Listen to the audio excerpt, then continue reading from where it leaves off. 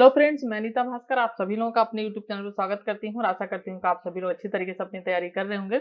और आज हम सिविक्स में प्रैक्टिस सेट 8 करेंगे। इसका फर्स्ट पार्ट मैंने डाल दिया था 65 क्वेश्चन और हम 66 क्वेश्चन से आज करेंगे, जो भी 125 क्वेश्चन है इसमें पूरा कंप्लीट कराऊंगी। और 2 पार्ट में वीडियो आप लोगों को अपलोड कराती हूँ मैं।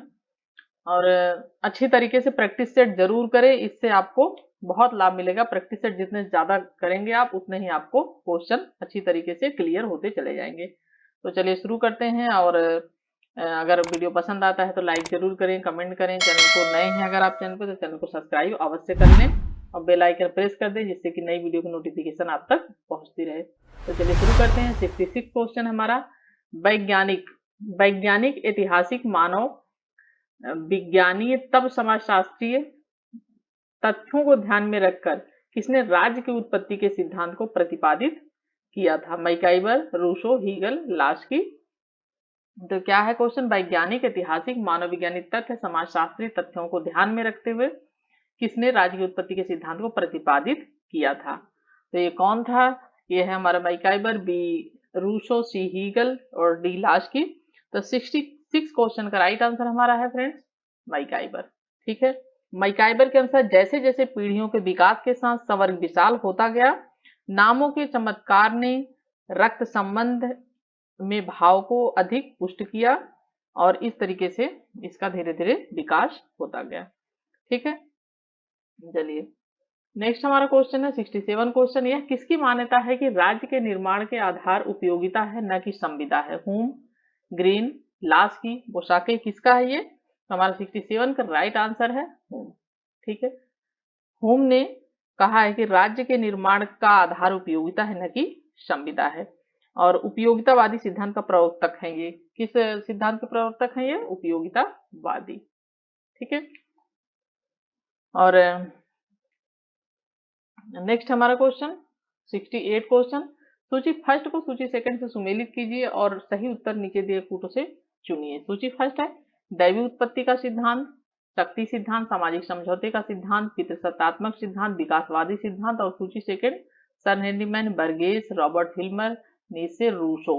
इसमें 5 ऑप्शन है और हम इसे मिलान करेंगे तो हमारा राइट आंसर हो जाएगा सी। ठीक है। क्या हो जाएगा हमारा राइट आंसर? सी। आप एक बार इसको जरूर ध्यान दें और जो ये सिद्धांत हैं इनके सामने इनके नाम को रजिस्टर पे जरूर लिख लें। ठीक है। इनको और इनको सबको लिख लें मिला मिला के। इससे आपको अच्छी तरीके से फिर एग्जाम टाइम में आप थोड़ा सा एक बार जरूर रिवाइज कर लें। ठीक है। इस तरीके के क्वेश्चन जरूर आते हैं। जैसे ए का 3 है, बी का 4 है, सी का 5 है, डी का 1 है और जो है इसका ई का 2 है। तो आप मिला लीजिएगा इसे।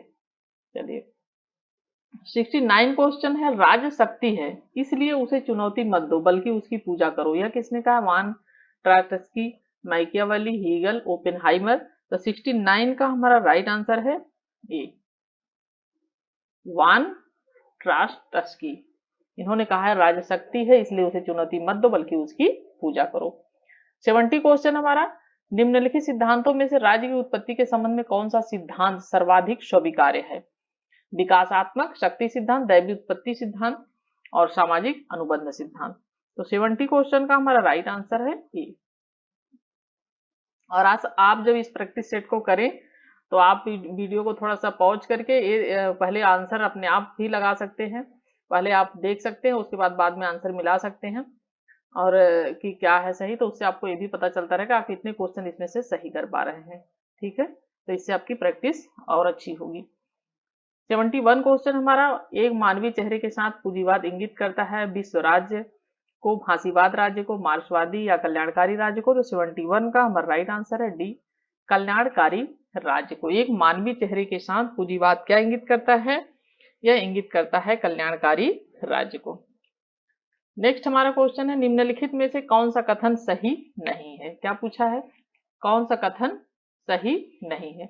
ए है उदारवाद लोकतंत्र का पक्षधर है, बी है उदारवाद धर्मनिरपेक्ष पंथ निरपेक्ष राज्य का पक्षधर, उदारवाद व्यक्तिगत संपत्ति के उन्मूलन का पक्षधर, उदारवाद समानता का पक्षधर है। तो 72 का हमारा राइट आंसर है सी, उदारवाद व्यक्तिगत संपत्ति के उन्मूलन का पक्षधर है। ठीक है।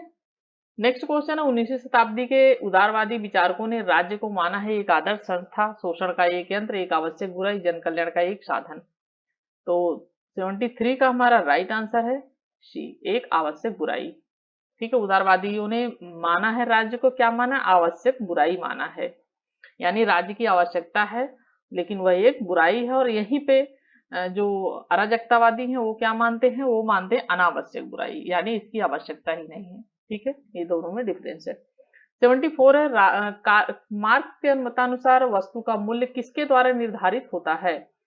श्रम, पूंजी, भूमि, प्रबंधन। तो हमारा राइट आंसर है श्रम के द्वारा। मार्क्स जो है श्रमिकों के को जो है कहते थे कि श्रमिक और जो पूंजीपति वर्ग है वो क्या करता है, श्रमिकों का शोषण करता है, तो श्रमिकों के पक्षधर थे मार्क्स। तो इन्होंने वस्तु का मूल्य किसके द्वारा निर्धारित होता है मार्क्स के मतानुसार, इनका कहना है कि श्रम के द्वारा। 75 क्वेश्चन है फ्रेंड्स हमारा, निम्नलिखित में से कौन सी एक अवधारणा कार्ल मार्क्स ने हीगल से ग्रहण की? अतिरिक्त मूल्य, वर्ग संघर्ष, सर्वहारा वर्ग की तानाशाही, द्वंद्वात्मक पद्धति। तो हमारा राइट आंसर है डी, द्वंद्वात्मक पद्धति। कार्ल मार्क्स ने द्वंद्वात्मक पद्धति हीगल से ग्रहण की है, परंतु उसने प्रेरक शक्ति बदल दी। अर्थात हीगल के लिए प्रेरक शक्ति क्या थे? विचार, मस्तिष्क, आत्मा, आवेश या सर्वव्यापी ईश्वर है, क्योंकि हीगल ने कहा है ना कि राज्य पृथ्वी पर ईश्वर का अवतरण है। और वहीं कार्ल मार्क्स के लिए क्या है? पदार्थ है। इसलिए मार्क्स ने कहा कि मेरी द्वंद्वात्मक जो पद्धति है, विधि है, वह न केवल हीगल से भिन्न है, हीगल की विधि से, बल्कि यह उसके बिल्कुल विपरीत है, यह कहा है कार्ल मार्क्स ने।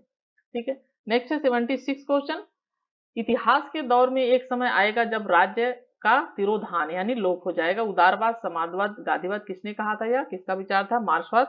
तो 76 का राइट आंसर है मार्क्सवाद। मार्क्सवादी का कहना था कि राज्य का लोप हो जाएगा, क्योंकि वो चाहते थे कि बिल्कुल राज्य विहीन समाज की स्थापना हो। नेक्स्ट हमारा 77 क्वेश्चन, 77 है, सूची फर्स्ट को सूची सेकंड से इसमें सुमेल करना है और सुमेल करेंगे हम। तो 77 में विकासवादी समाजवाद, फेबियन समाजवाद, वैज्ञानिक समाज, काल्पनिक, तो कार्ल मार्क्स, सेंट साइमन या बर्नस्टाइन या जीवी शाह। तो हमारा 77 का हमारा राइट आंसर हो जाएगा, मिलान करने पे क्या होगा, हमारा सी हो जाएगा। ठीक है, 77 का सी हो जाएगा। इस तरीके से होगा कि विकासवादी जो समाजवाद है वो कौन है विचारक, वो है बर्नस्टाइन विकासवादी के। और फेबियनवाद के कौन है? फेबियनवाद के हैं जीवी शाह। और वैज्ञानिक समाजवाद के कौन है? वो हैं कार्ल मार्क्स वैज्ञानिक समाजवाद के। और काल्पनिक समाजवाद के कौन है? Saint Simon. तो इस तरीके से हमारा राइट आंसर हो जाएगा सी। 78 क्वेश्चन है, मैं पूर्णतया 78 हमारा क्वेश्चन है कि मैं पूर्णतया जानता हूं कि मैं मार्क्सवादी नहीं हूं, यह किसने कहा है? और हमारा राइट आंसर है ए, कार्ल मार्क्स। कार्ल मार्क्स एक व्यवहारिक विचारक थे और उन्होंने कहा कि मार्क्सवाद जैसे किसी अवधारणा का प्रतिपादन मैं नहीं करना चाहता। ठीक है, उन्होंने ये कहा था। इन्होंने कहा कि मार्क्सवादी नहीं है, लेकिन मार्क्सवादी विचारधारा कार्ल मार्क्स के विचार को माना जाता है। नेक्स्ट है 79, एक समाजवादी राज्य बल देता है राजनीतिक स्वतंत्रता पर, आर्थिक स्वतंत्रता पर, व्यक्तिगत संपत्ति के अधिकार पर, न्यायपालिका की स्वतंत्रता पर। 79 का हमारा राइट आंसर है आर्थिक आधार पर, यानी बी। ठीक है, नेक्स्ट हमारा मार्क्सवाद को युग का भ्रम, मार्क्सवाद को युग का भ्रम किसने कहा है? तो किसने कहा? एक्टन ने, एरॉन ने, पॉपर ने, लास्की ने। 80 का हमारा राइट आंसर है सी, पॉपर ने। नेक्स्ट है, निम्न में से किसका राज्य संबंधी कोई सिद्धांत नहीं है? फेबियनवाद का, श्रेणी समाजवाद या अराजकतावाद या श्रमिक संघवाद। तो हमारा राइट आंसर है सी, अराजकतावाद। अराजकतावाद का राज्य संबंधी कोई सिद्धांत अराजकतावादियों का नहीं है। इन्हें कहते थे कि राज्य की हमें आवश्यकता ही नहीं है मनुष्य को। ठीक है, सामुदायिकतावाद एक प्रमुख धारा है मार्क्सवाद की, प्रत्ययवाद की, उदारवाद की, सर्वाधिकारवाद की। तो हमारा राइट आंसर है बी, प्रत्ययवाद की। सामुदायिकतावाद एक प्रमुख धारा है। नेक्स्ट क्वेश्चन हमारा, दल विहीन लोकतंत्र का विचार किसने लोकप्रिय बनाया था? महात्मा गांधी, जवाहरलाल नेहरू, जयप्रकाश नारायण, बाल गंगाधर तिलक। तो राइट आंसर हमारा सी, जयप्रकाश नारायण। ठीक है, महात्मा गांधी भी वैसे दल विहीन लोकतंत्र के ये समर्थक थे। ठीक है, ये भी थे समर्थक, और विनोबा भावे जी भी थे। 84 क्वेश्चन, लोकतंत्र वह प्रणाली है जिसके द्वारा राजनीतिक व्यवस्था संतुलन बनाए रखती है। लोकतंत्र की उपरोक्त परिभाषा किससे संबंधित है? लोकतंत्र के सहभागी सिद्धांत से, बहुलवादी सिद्धांत से, मार्क्सवादी सिद्धांत से, अभिजनवादी सिद्धांत से। तो हमारा राइट आंसर है बी, लोकतंत्र के बहुलवादी सिद्धांत से जो है ये संतुलन बनाए रखती है। लोकतंत्र वह प्रणाली है, इससे संबंधित है, परिभाषा है। नेक्स्ट है हमारा, किसने लोकतंत्र को एक जीवन शैली के रूप में परिभाषित किया है? Bryce, Laski, lock, TV Smith. 85 का हमारा राइट आंसर है ए, ब्राइस। नेक्स्ट हमारा, किसने अभिजनवादी सिद्धांत को मार्क्सवाद के साथ जोड़ने का प्रयास किया है? Robert Michels, James Burnham, Wilfred Pareto, Max Weber. 86 का हमारा राइट आंसर है बी, जेम्स बर्नहम। नेक्स्ट हमारा, मालशबरी के दैत्य से इसके अतिरिक्त क्या अपेक्षा की जाती है? यह कथन किसका? Hobbes, Locke, Hegel, Marx. तो हमारा राइट आंसर है हॉब्स का। नेक्स्ट हमारे निम्नलिखित में से किसे व्यक्तिवादी तथा प्रत्ययवादी यानी आदर्शवादी दोनों माना जाता है? हॉब्स को, लॉक को, रूसो को, बेंथम को। तो 88 का हमारा राइट आंसर है सी, रूसो को माना जाता है आदर्शवादी भी और व्यक्तिवादी भी, क्योंकि यह स्वतंत्रता के समर्थक थे और पूरे समाज को लेकर चलना चाहते थे, पूरे समाज के समर्थक थे, इसलिए इन्हें समाजवादी भी कहा जाता है, आदर्शवादी भी कहा जाता है और इन्हें प्रगतिवादी भी कहा जाता है। और रूसो को माना जाता है कि ये जो है समर्थक थे स्वतंत्रता, इसलिए इनको व्यक्तिगत स्वतंत्रता का भी पक्षधर माना जाता है, क्योंकि ये कहते थे ना कि मनुष्य को स्वतंत्र छोड़ दो, उन्हें बिल्कुल जंजीरों में मत जकड़ो। उन्होंने कहा ना कि मनुष्य स्वतंत्र पैदा होता है किंतु वह जंजीरों में जकड़ा होता है, तो इसलिए इनको व्यक्तिवादी भी कहते हैं।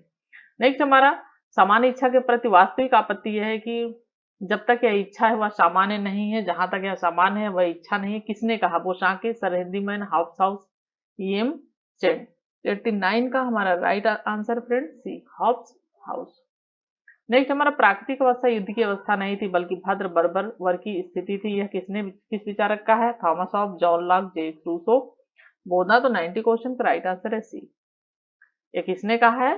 जे जैक्स रूसो, यानी रूसो ने ये कहा है कि जो प्राकृतिक अवस्था थी वो इस अवस्था में मानव सभ्य और बर्बर है ये जैसा माना जाता है, तो ये कहते हैं कि इस अवस्था में सादगी थी और इस अवस्था में युद्ध जैसी कोई चीज नहीं थी।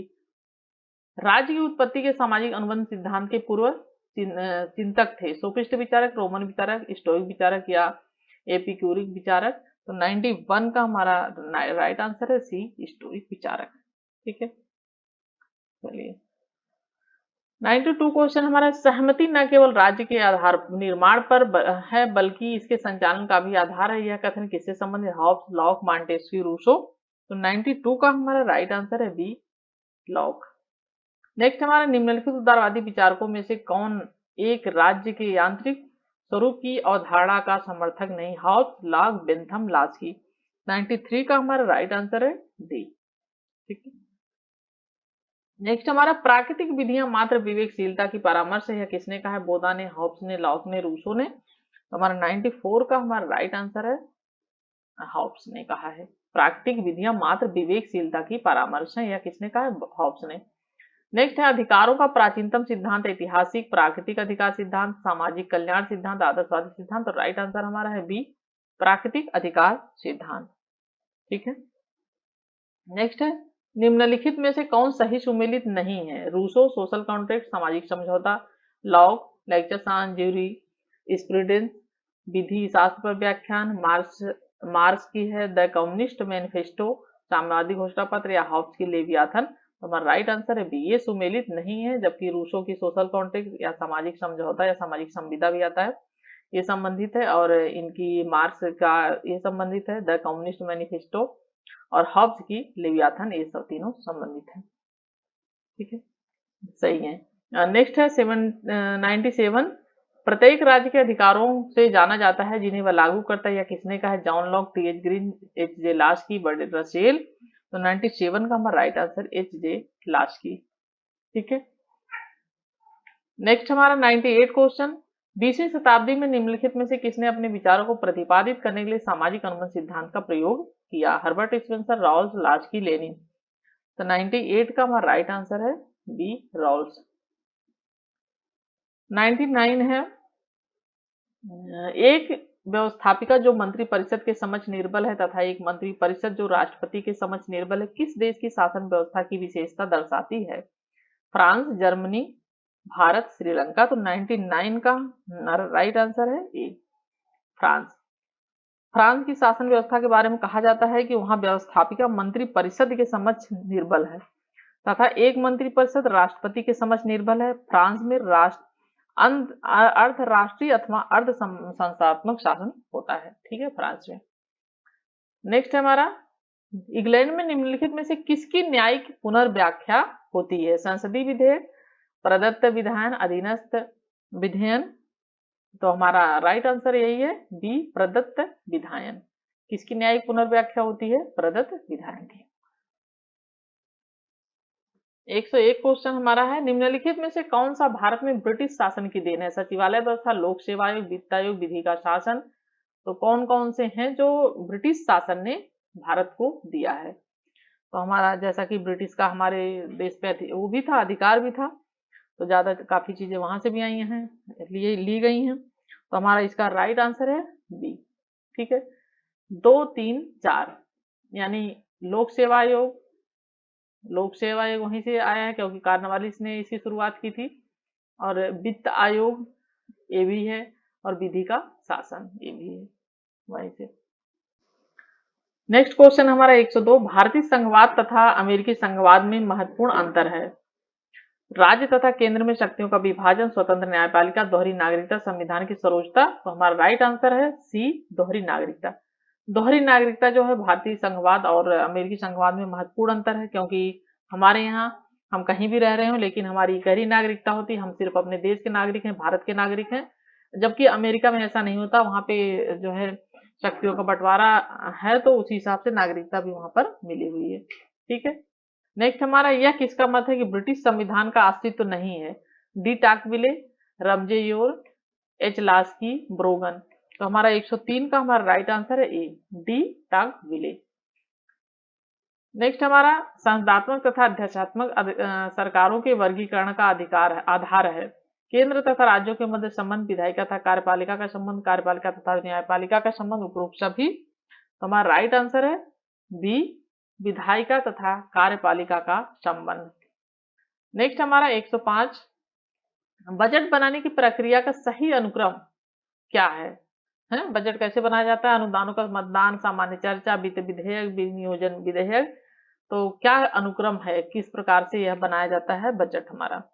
तो बजट बनाने की जो सही अनुक्रम है वो है बी, यानी पहले क्या होता है, सामान्य चर्चा की जाती है बजट पे, फिर उसके बाद वित्त विधेयक जो है आता है, फिर उसके बाद क्या होता है, अनुदानों पर मतदान किया जाता है, फिर जाके विनियोजन विधेयक। इस तरीके से वित्त बजट बनाया जाता है। नेक्स्ट हमारा, निम्नलिखित में से किस उपवाक्य का उपयोग बेनेडिक्ट एंडरसन ने भारतीय राष्ट्रीयता के लिए किया? बहुकेंद्रित राष्ट्रीयता, निर्याति केंद्रित राष्ट्रीयता, कल्पित समुदाय, उदार राष्ट्रीयता। तो हमारा राइट आंसर क्या है? कल्पित समुदाय। ठीक है, सी। नेक्स्ट हमारा, किसने बताया कि धर्मनिरपेक्ष का विलोम शब्द धार्मिक है, परंतु भारत में धर्मनिरपेक्ष का विलोम क्या है? सांप्रदायिक है। किसने बताया, किसने कहा है? टी.एन. मदान, राजीव भार्गव, आशीष नंदी, थॉमस पंथम। तो 107 का हमारा राइट आंसर है डी, थॉमस पंथम। ठीक है, ये है डी। नेक्स्ट हमारा 108 क्वेश्चन, निम्नलिखित में से किसका कहना है कि लोक प्रशासन सरकार ने केवल कार्यकारी शाखा के प्रचालनों को समाविष्ट जो है करता है? Luther Gulick, L T. White, W F. Willoughby, L T. White तथा लूथर गुलिक। तो 108 का हमारा राइट आंसर है friends A, Luther Gulick. Next हमारा, उदासीनता का अंचल अवधारणा किससे संबंधित है? अभिप्रेरणा से, सत्ता से, नेतृत्व से, निर्णय से। तो राइट आंसर हमारा है बी, सत्ता से। ठीक है, किससे संबंधित है उदासीनता का अंचल? यह जो है सत्ता से संबंधित है। सत्ता के प्रकारों को 3 भागों में बांटा जा सकता है: रेखा अधिकार सत्ता, स्टाफ अधिकार सत्ता और क्रियात्मक अधिकार सत्ता। 3 जो है भागों में बांटा जाता है। नेक्स्ट हमारा, लोक निगम की विशेषता निम्नलिखित में से कौन सी है? इसे मंत्रालय के नियंत्रण से पूर्ण प्रशासनिक स्वायत्ता प्राप्त है। इसका राष्ट्रीय बजट से पृथक अपना बजट होता है और निधियों के उत्पन्न प्रबंध में इसे पूर्ण स्वतंत्रता प्राप्त है। इसमें इसे निजी उद्यम की पहल का लाभ प्राप्त है। तो 110 का हमारा राइट आंसर है ए। इसे मंत्रालय के नियंत्रण से पूर्ण प्रशासनिक स्वतंत्रता प्राप्त है। किसकी बात की गई है? लोक निगम की। ठीक है, चलिए नेक्स्ट हमारा अभिप्रेरणा के हर्जबर्ग द्विकारक सिद्धांत से हाइजीन या स्वच्छता कारक में निम्नलिखित क्या समाविष्ट नहीं है? हाइजीन का मतलब क्या होता है? स्वच्छता। उत्तरदायित्व, वेतन, कार्य की स्थितियां, कंपनी नीति, तो क्या समाविष्ट इसमें नहीं है? 111 का हमारा राइट आंसर है ए, उत्तरदायित्व। ठीक है, जो हर्जबर्ग अपने अभिप्रेरण द्विकारक सिद्धांत में उत्तरदायी संबंधी कारक को शामिल नहीं करता है, जबकि अन्य तत्व वेतन, कार्य की स्थितियां एवं कंपनी नीति को शामिल करता है। ठीक है, इनको तीनों को शामिल करता है। नेक्स्ट हमारा परफॉर्मेंस बजट, निष्पादन बजट शब्दावली किसके द्वारा गढ़ी गई थी? भारतीय प्रशासनिक सुधार आयोग, यूएसए का प्रथम हुबर आयोग, यूएसए का तृतीय हुबर आयोग, भारतीय प्राक्कलन जो है आयोग। तो 112 का हमारा राइट आंसर है बी, यूएसए का प्रथम हुबर आयोग। चलिए नेक्स्ट हमारा है लोक निगमों की कार्य विधि के बारे में निम्नलिखित में से कौन सी सिफारिश भारत के प्रशासनिक सुधार आयोग की सिफारिश नहीं थी?